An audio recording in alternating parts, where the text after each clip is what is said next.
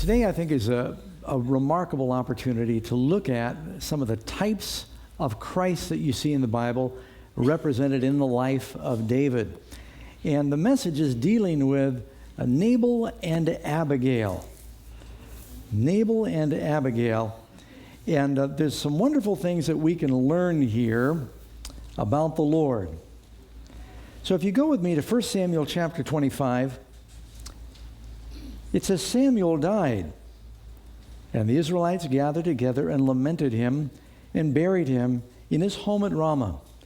And David arose and went down to the wilderness of Paran. Well, just in case you're wondering, who wrote the first book of Samuel? Probably wasn't Samuel, because it just said Samuel died. Did you catch that? So he didn't write the first, he didn't necessarily write the whole part of the book. It's believed that at least the last half and 2 Samuel were probably written by Nathan the prophet. You'll discover that as we get further along in our study of David. But how long was Samuel serving the Lord? You know, he may have lived to 90 years of age. Faithful prophet, a priest, the last of the judges. He's the one who transitioned from a people led by the judges. They rejected the Lord and said, we want a king like the other nations. And now the monarchies began. And Samuel lived through that whole transition. Samuel was the one. Everyone says they knew the word of God was in his mouth. He was the one that was somewhat holding Saul in check. And now with Samuel gone, David thought, the restraining influence of that great prophet out of the way, Saul is not going to hold back trying to hunt me down. And David has already had a couple of opportunities to kill him. So he thought, I better get out of town. And so David goes a little further south. And I think we've got a map that we'll put up on the screen. So if you go north, you can see, remember, David was in the cave of Adullam. And now he's getting further and further south. This is still in the territory of Judea. The Philistines would be now closer to the ocean from where they are. We're going down to a region called Carmel, and there's 2 Carmels in the Bible. But if you go further south, you're getting into the region of the Ishmaelites, better known today as the Arabs. And you'll remember in the book of Judges that Gideon had a lot of problems with the people of the east. And so I wanted you to get a picture of that because they used to raid this territory. David is there with his men. He's got about 600 men now, and he's trying to get further deep as far as he could go into the land of Judea, away from the area of Benjamin where Saul was king. And the land of Israel back then was not like the land of Israel today. Today, it's largely a desert, and it's a land of rocks. But back in the time of David, doesn't the Bible say it was a land flowing with milk and honey? It was a beautiful place. The climate has actually changed. Keep in mind that if you go to North Africa, you can find places in the Sahara Desert where they've got rhino bones and giraffe bones and petroglyphs that were drawn of the people that once lived there, of savanna and lakes, and now it's just sand. So the climates in the last few thousand years have changed. And it is actually true that when you cut down the trees in great numbers, it doesn't draw as much moisture in off the ocean, and it can actually change the climate and the storms and the rainfall. There was a king, he was actually a sultan, that had charge over the land of Israel, and he taxed the people in Israel based on how many trees they had on their land. Now, if you're going to pay tax on your trees, what do you do to your trees to lower your taxes? It was a really bad policy because for about 80 years, everybody just cut down their trees. And it kind of deforested the land of Israel. Now, then when the Romans conquered the land of Israel back in about 70 AD, you know what the Roman pattern was? They would scatter salt on the land to keep things from growing.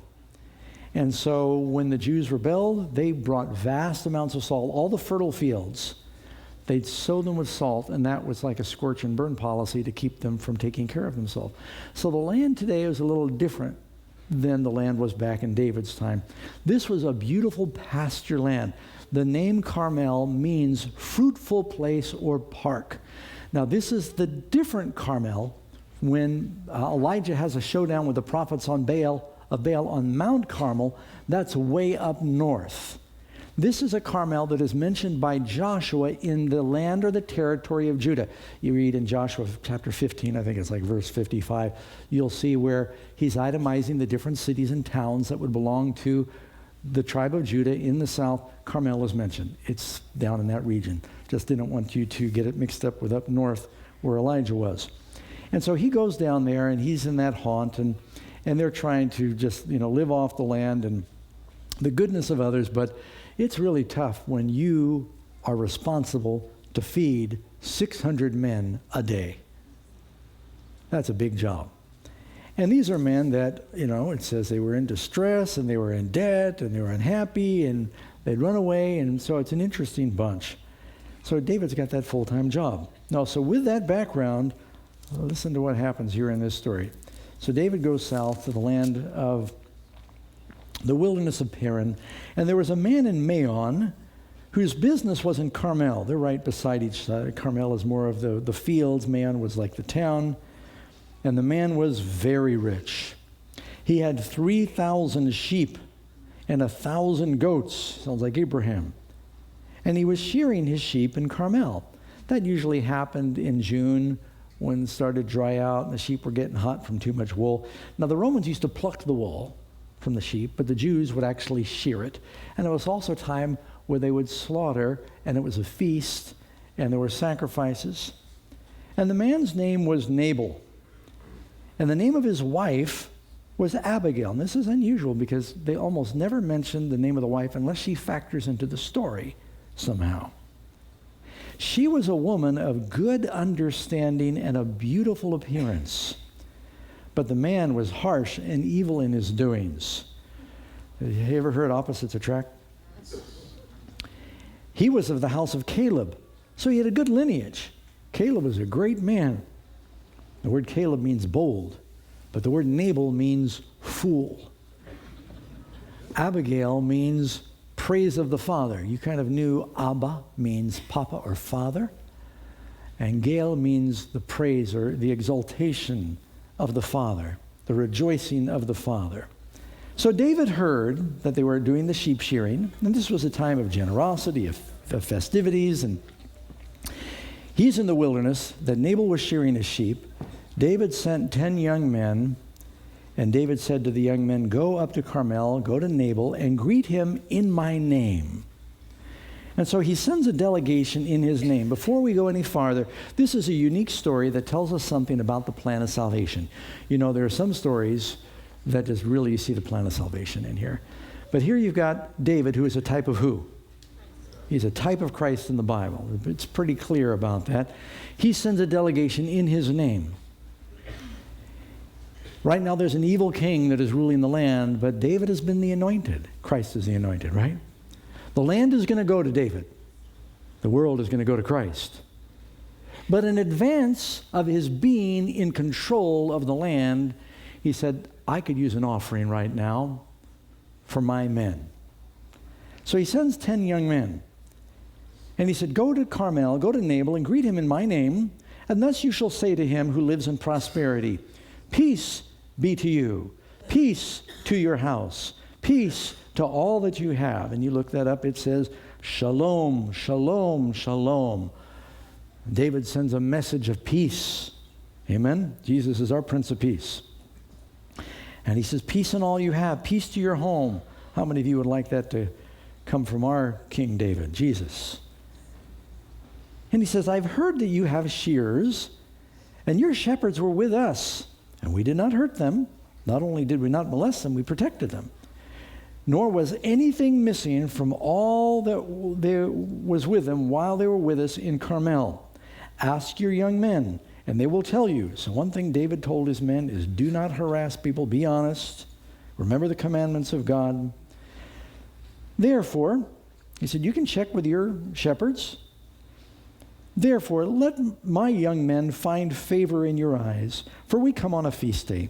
Please give what comes to your hand. I'm not asking for a percentage. I'm asking for an offering, whatever is nearby. Please give what comes to your hand to your servants and to your son David. It's a very nice message. So David's servants, he sends 10 young men. They've got their donkeys probably. And, if somebody says, could I have a donation? You bring 10 donkeys. You're not expecting a little donation, because you got 600 soldiers. And he was hoping, could you help us out? It's a feast day. You're being generous. We've protected everything you had from the Ishmaelites that were raiding the country and from the Philistines. And you wouldn't be doing so well now if it wasn't for the work we did for you. I know when I traveled in foreign countries, it's not uncommon in the Philippines and in Indonesia, different places. If you're looking for a parking place, there'll be these people that kind of are shepherds of the parking places. And they'll see that you're looking for a parking place, they'll go over here. And then they'll wade you in, they'll back you in, they'll guide you, and they'll tap your car and say you're okay. And then when you come get your car, you give them a tip because they watch your car. And they take care of it for you. Now, you don't have to give them a tip. But it's a good idea if you want your car protected, because they'll make a note of your car if you ever come back. And so it's just customary. How many of you have seen this? You go to this, and you say, oh, thank you very much for keeping an eye on things. They appreciate it, and it's an opportunity for you as a Christian to do good to somebody. And so he said, look, we've taken care of your stuff. And so Nabal listens, and he's scowling. He's a covetous man. And they spoke to him, just what David gives him a message. They are heralds, messengers for David. Nabal answered David's servants, and he says, listen to this harsh answer. Who is David? And who is the son of Jesse? Now, did he know who David was? The very fact that he says, who is the son of Jesse? The messengers didn't mention Jesse. He knew David was the son of Jesse. Anyone as wealthy and connected as Nabal, they all knew what was going on with Saul and David, and that there was this contest about who was going to be the next king. But his answer is like the answer of Pharaoh when Moses said, let my people go. Pharaoh says, who is the Lord? You know what that means? I don't believe in the Lord. He said, I don't recognize you. And then he goes further. I mean, he could have said, it's a little tight. Don't have enough for just my servants. If he had said that, it would have been okay. But he reviles, he rebukes. And then he goes on and says, there are many servants nowadays who break away each one from his master. There are a lot of runaway slaves these days. David used to be Saul's servant. What happened? You're a runaway. And all those guys who were following you, they were in debt, couldn't pay their servants, ran away. Runaway slave. You want me to feed a bunch of runaway slaves? I got to feed my slaves that stay with me. I mean, it's really insulting. It's degrading what he's saying. I just want you to understand that in the terms of the day, it was pretty low. And he says, shall I take, he says, shall I take my bread, my water, then my meat? See, they also have sacrifices that I've killed for my shears and give it to men, but I don't know where they've come from. He says, I 3 times and my 4 times. This is a selfish dude. It makes me think about that passage where the devil says, I will exalt my throne above. I will be king. I will be like the Most High. I. So Nabal is my. Very selfish. So David's young men, when they heard that, they turned on their heels. You ever heard that expression before? This is where it comes from. Any of you ever in the military? And the military is very efficient. And so if you're going to change directions in the military, you do about face. And you put your toe down there. You go like that. I sort of remember. It's not near as good as it used to be. But 5 years old, I was in military school. Turning on your heels. It doesn't mean you go, well, or we'll see you later. It means you go, I'm out of here. And you leave right away. They were insulted. They snapped around and they said, whoa. They didn't even try to reason with him. They could have said, well, now can we talk to you about that? And we, check with your... They said, wow, that answer is so abrupt and so rude. There is no reasoning with this guy. He has totally rejected our kind request for a donation. That's all they're asking for. His young men turned on their heels, and the other servants are watching, because when these 10 guys come marching into a camp of a man who's got 3,000 sheep, 1,000 goats, it's 4,000. He's got a lot of shepherds, a lot of shears, a lot of servants. They see this delegation come in. People were listening. The steward was probably standing there listening, which is a good thing. They turned on their heels, and the expression on their face was one of indignation and outrage. And on the way back to David, they were not happy. They were hungry too. Then they come back, and David's men turned on the heels. They came and told all these words. And David said to his men, every man gird on his sword. So every man girded on his sword. Now wait a second, this is not the same David. You notice we've been reading a lot about David. David hasn't lost his temper. Only time David got mad is at Goliath up until now. Isn't that right? Now something's come over David. Last week we talked about vengeance and mercy. Saul was completely obsessed with vengeance, David with mercy. But now David is saying, I'm going to avenge myself. That's no way to talk to anybody. And he wasn't only going to go after Nabal, he was going to go after everybody in his house. And he says, gird on your sword. 400 men went with David. 200 stayed with the supplies. 400 was probably more than enough to dispatch Nabal's household. And one of the young men told Abigail, maybe one of the servants or the stewards of Nabal who had heard this whole exchange, while his servants go back, one of the servants of Nabal goes to Abigail. He says, I can reason with her, saying, look, David sent messengers from the wilderness to greet our master, and he reviled them. But the men were very good to us. Now remember, who does David represent? Christ. And his men, his servants, his angels. Very good to us. Nor did we miss anything as long as we accompanied them when we were with them in the fields. And notice this, they were a wall to us by night and day, all the time we were with them keeping the sheep. You remember when Jesus appears, shepherds are keeping their sheep. And it tells us here that his men, it says, like, were a wall to him. You can read in 1 Samuel 25:16. It says, they were a wall to us by night and day. Do you know, if you read in Psalms 34:7, the angel of the Lord encamps all around those who fear him and delivers them. Does the Lord give us walls to protect and bless? What was Satan's accusation against God regarding Job? You've set a wall about him. That's what the hedge means. You protect him, and you're protecting all that he has. David was a wall around Nabal and Abigail and their household, protecting everything. But did they appreciate, did Nabal appreciate the blessings of David? And when the time came to show that appreciation, he sent them away empty. We would never do that. You see where I'm going with this? This is not a story about just David and Nabal and Abigail. It's a story about the gospel and us. And he gives a harsh answer. He says, who is the Lord? You know, it's interesting. The Bible says the fool has said in his heart, there is no God. And you know what the word Nabal means? I told you, remember? Fool. Who is David? It's like people say, who is Jesus? I don't know Jesus. Is it Jesus? No, I don't know Jesus anything. And so now this servant of Nabal is telling Abigail, these men were very good to us. They didn't harass us. Nothing was ever missing from the tent. We slept well at night. They protected us from the Amalekites and the Ishmaelites and the Philistines, and you wouldn't have had all this blessing if it wasn't for those men. You remember what happened with Keilah? The Philistines were raiding the people, and David came and delivered them. They're saying, he's delivered us. And so they're giving this message. Zechariah 2:5, for I say, says the Lord, I will be a wall of fire around her, and I will be the glory in her midst.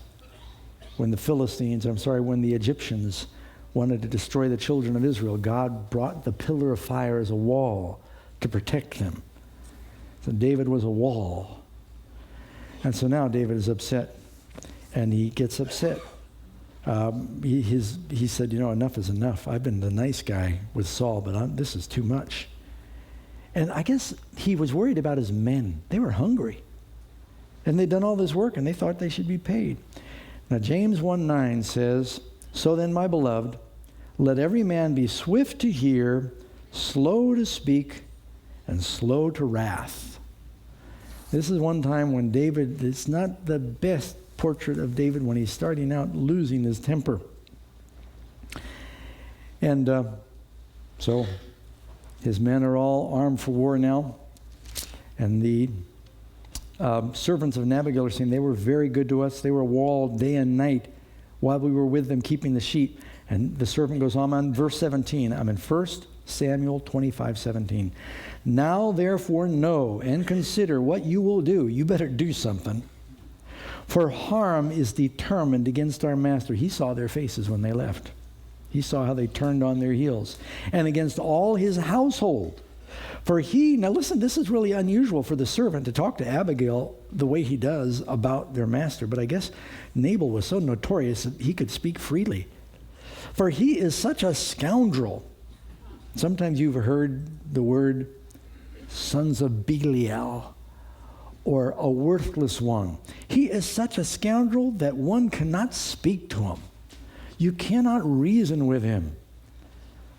Then Abigail made haste. She thought, oh no, I've got to do something. She made haste. She realized not just her life, but the life of the household was at risk. And she took 200 loaves of bread, 2 skins of wine, 5 sheep already dressed, 5 seahs of roasted grain. These are sacks of grain ready to eat.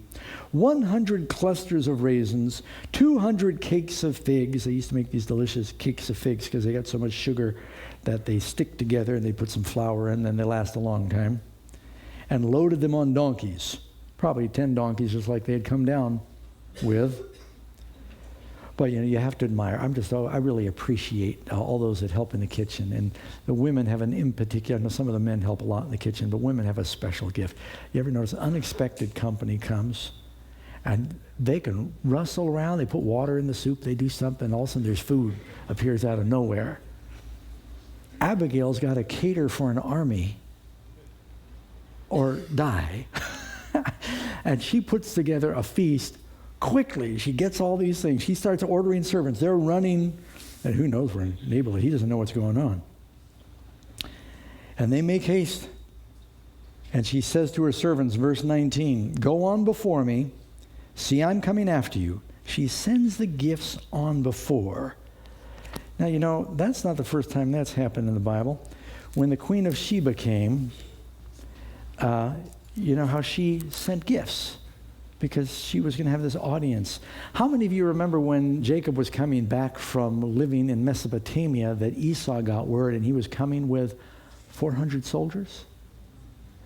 And they were going to annihilate his family because Esau had probably been fuming for 20 years now about what Jacob had done in stealing the birthright. And he's thinking, you're coming back to take the birthright. You're coming back to take those possessions that are mine. Jacob knew what his brother was thinking. They were twins. So he gets all of this great gift together, and he sends it ahead of the family. So they all bow down, and they say to Esau, here's these gifts. This is from, and basically he's saying to Esau, I don't want anything from you. I want to give to you. The Lord's blessed me. I'm not here for Dad's inheritance. I'm here because I just want to be home. And so by the time Jacob gets there and he sees Esau, Esau kisses him, where he had come with armed men to kill. The gifts that go out before can save your life. And the Bible kind of teaches that. Psalms 50. You might make a note of this one. Psalms 50. Our God shall come and not keep silent. A fire will devour before him. It will be very tempestuous all around him. He will call to the heavens from above and to the earth that he may judge his people. Gather my saints together to me. It's talking about when we're caught up to meet the Lord in the air. Those who have made a covenant with me by sacrifice. Now, are we saved by our gifts? Or do our gifts show we believe in the covenant that we've made? But people who say, Lord, Lord, and send them away empty, you wonder, do they really believe that he's the Lord? The giving of an individual is a really interesting indicator of where they are spiritually. Didn't the Bible say, wherever a man's heart is, that's where his treasure is? Proverbs 18:16, a man's gift makes room for him and brings him before great men. And the gift goes out of him. So here, Abigail is saying, have all these gifts come out again. We're hoping we can appease his wrath before we ever get there. You go before me with the gifts. You remember reading where it talks about those who have died in the Lord, their works do follow them. Your works follow you, but your gifts go ahead. And so, with all this happening, though, she doesn't tell her husband. Now, I believe husbands and wives should communicate on big financial decisions. Do we all agree? If you're getting ready to cater a big army like that, you should probably talk together. But if you're married to Nabal, you get a pass. If it's a life or death situation, she couldn't reason with him. I mean, isn't that what the servant just said? There's no talking to him. And he had just insulted the one who was to be king. And that was a really bad move. And so she needed to take a preemptive action.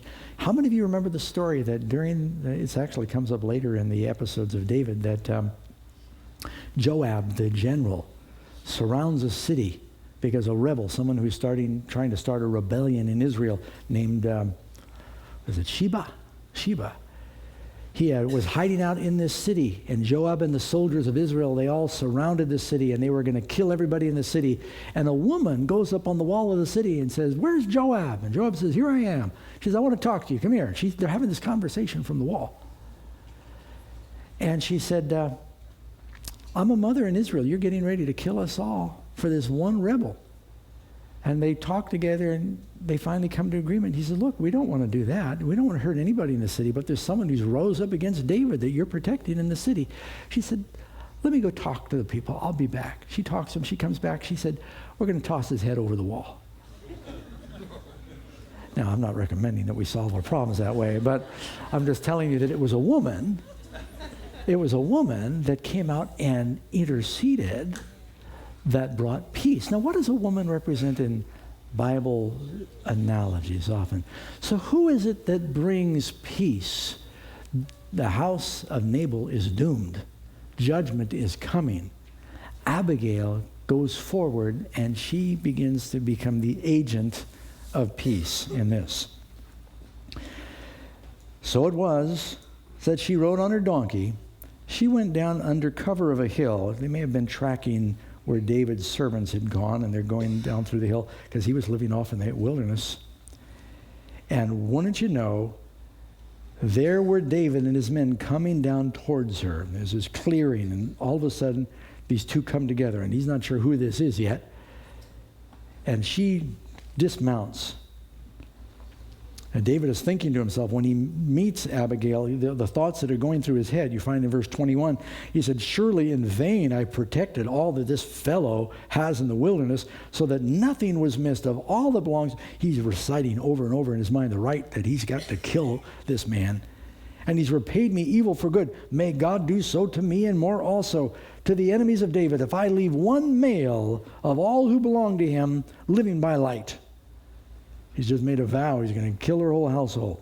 They are under judgment. Now, Abigail sees David.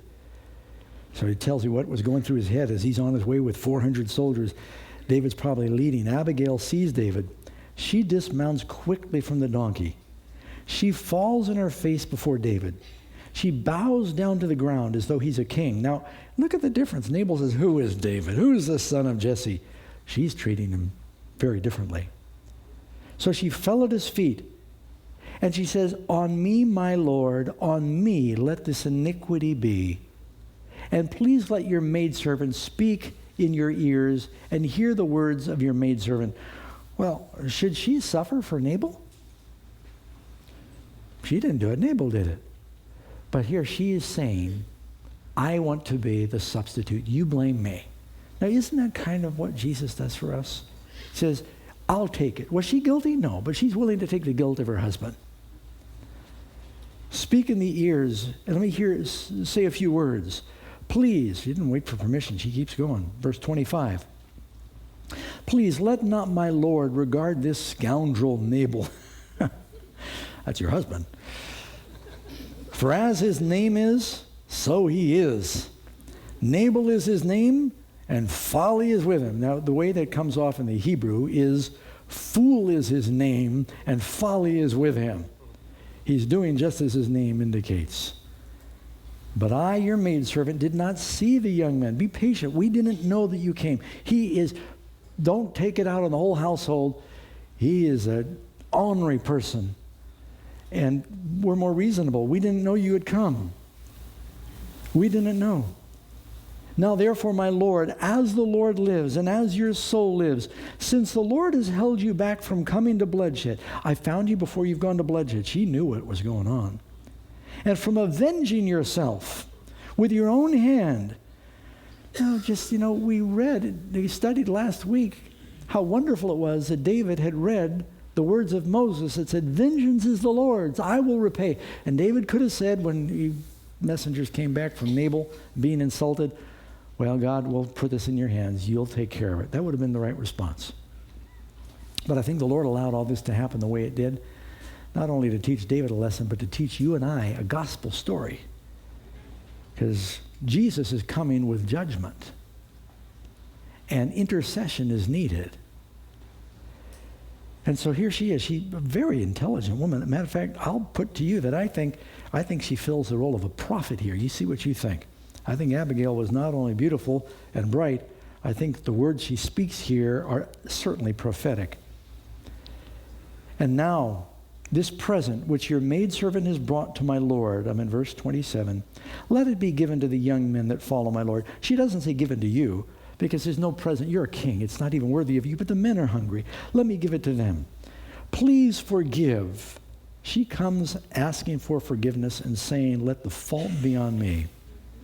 Please forgive the trespass. You notice what's happening here? This is Abigail interceding. What is part of the work of the church?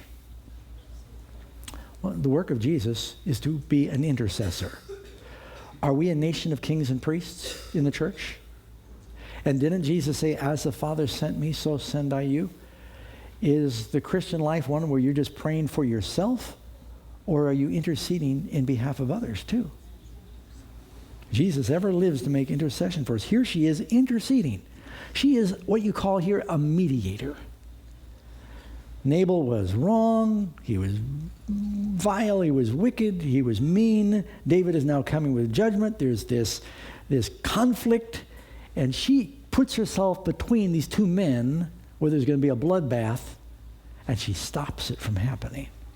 Kind of like Pocahontas saved John Smith. Any of you know your American history, you know what I'm talking about. And she puts herself between this conflict. But isn't that what the church is supposed to do? Isn't the world lost under sin? Isn't Jesus, the Son of David, coming? Doesn't the Revelation talk about the wrath of the Lamb? Here you see a picture, one of the few times you see the wrath of David. And he's coming with his sword girded. And there's going to be blood. And all of a sudden she stops. She comes between, in the middle, between where David dwells and where Nabal dwells. There she is, pleading. And she said, forgive the trespass of your maidservant. It wasn't her fault, but she's taking the place. For the Lord will certainly make for my Lord an enduring house. Won't the house of Jesus endure? Because my Lord fights the battles of the Lord, and evil is not found in you throughout your days. Now, do you see, that's not just talking about David.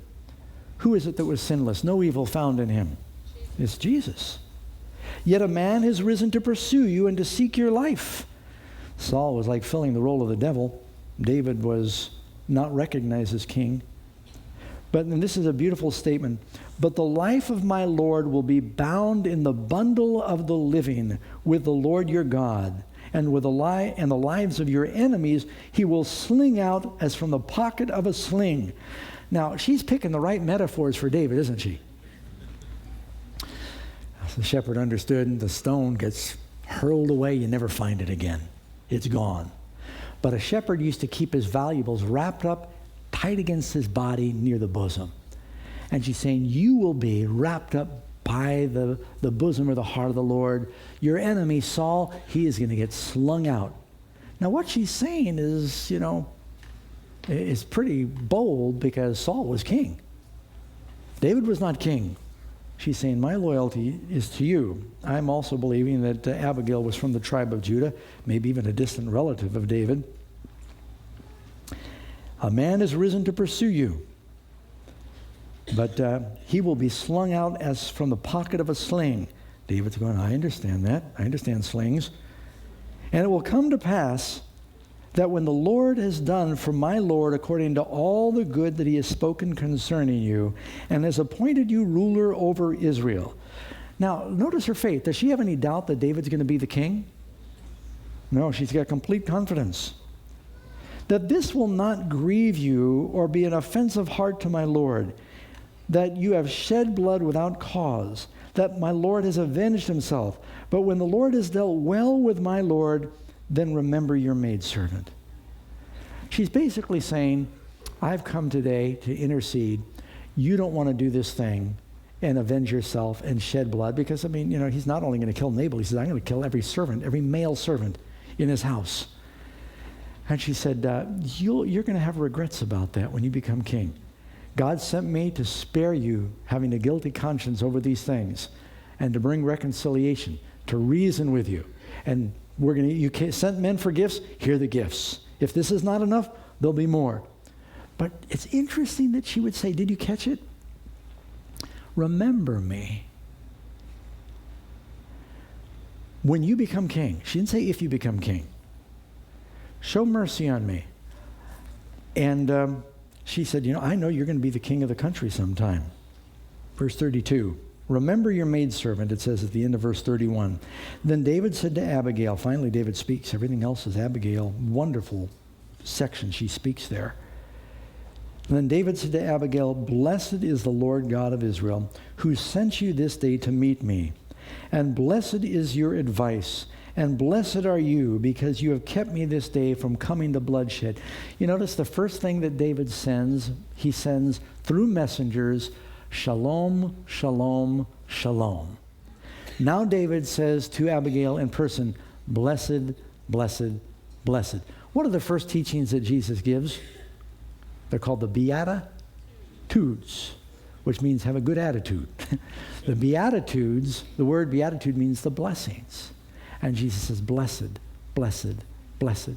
Here David, the son of Jesus' ancestor rather, is going, blessed, blessed, blessed. Because you have kept me this day from coming to bloodshed and avenging myself in my own head. David, you could reason with him. He was a man after God's own heart. The Holy Spirit told him, this is not God's plan. For indeed, he lets her know, and she's probably shuddering, along with the servants that are minding all the goods. For indeed, as the Lord God of Israel lives, who had kept me back from hurting you, unless you had hurried and come to me, you had to hurry, and come to me to meet me, surely by morning light no males would have been left to Nabal. Now, just in case you're wondering if David could do that, you read, and it tells us that David, when he was staying in Ziklag, he would go raid cities of the Philistine. He would execute everybody so there were no witnesses. He had the capability of doing that. He said, I was going to do that to you. So David received from her hand what she had brought to him and said to her, go up in peace, again, shalom, to your house. See, I have heeded your voice and respected your person. He says, okay, you have succeeded. Unless you had made haste, they would have been doomed. Now, just want to pause here and think about this. How do we relate to this today? What does this say to us? I think there's some very important lessons. You notice that we started out with a parable about a rich fool. And when God blessed, instead of thinking, God's blessed me so that I can share, he says, God's blessed me so I can hoard. They got programs now about hoarders. People that, some of them it's just a real sickness. A lot of us have a mild case of hoarding. You just look in your closet, in your garage. Karen and I thought we were doing okay until we moved, and then you thought, well, I've been keeping this for 20 years. Never used it. But God doesn't bless us so that we can hoard. God blesses us so that we can be a blessing to others. And he blessed this rich man. And instead of him thinking, oh, I can give more, he thinks, I can hoard more.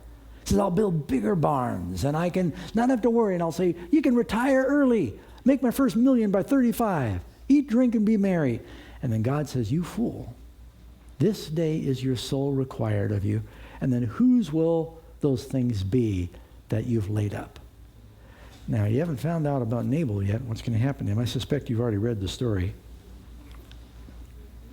But here David sends messengers and says, we are fighting God's battles. Could you help subsidize my army? And Nabal sends them away with an insult. And he was of the same tribe as David.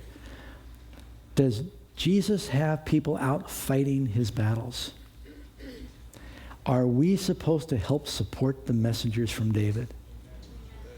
This is not an appeal for pastors. I'm talking about the work of God.